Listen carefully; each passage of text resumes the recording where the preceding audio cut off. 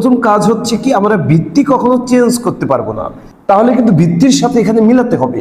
তাহলে এখানে ভিত্তি 3 আছে, আমরা 3 চোখ বন্ধ করে এটার সাথে মিলিয়ে লিখে দেব। এবার দেখব ছিল 81, লিখছি 3, তাইলে আমরা কিভাবে 81 পাবো?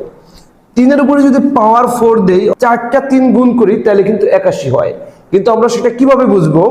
এই সংখ্যাটাকে তুমি লসাগু করবা। কত দিয়ে ভাগ শুরু করবা? এই ভিত্তি কত আছে তা দিয়ে। ভিত্তি আছে 3, তাহলে 3 দিয়ে শুরু করলাম, 3।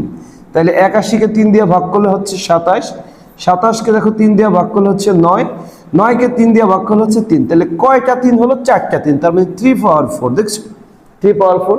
আচ্ছা, এবার কিন্তু আমরা বলছিলাম পাওয়ারটাকে আমরা বাম দিকে নিয়ে আসবো, এই বাম দিকে। তার মানে এখানে 4 লিখলাম, আর যা আছে 3 ভিত্তিক লগ 3। তাহলে এইটুকের মান কি? 1। তার মানে 4 গুণ 1, তার মানে আমাদের কত? 4 আনসার। তাহলে দেখো কত সহজেই কিন্তু আমরা ম্যাথ করে ফেলছি। বোর্ডে দেওয়া এই ম্যাথটি সলভ করে আমাকে কমেন্ট বক্সে জানাবা।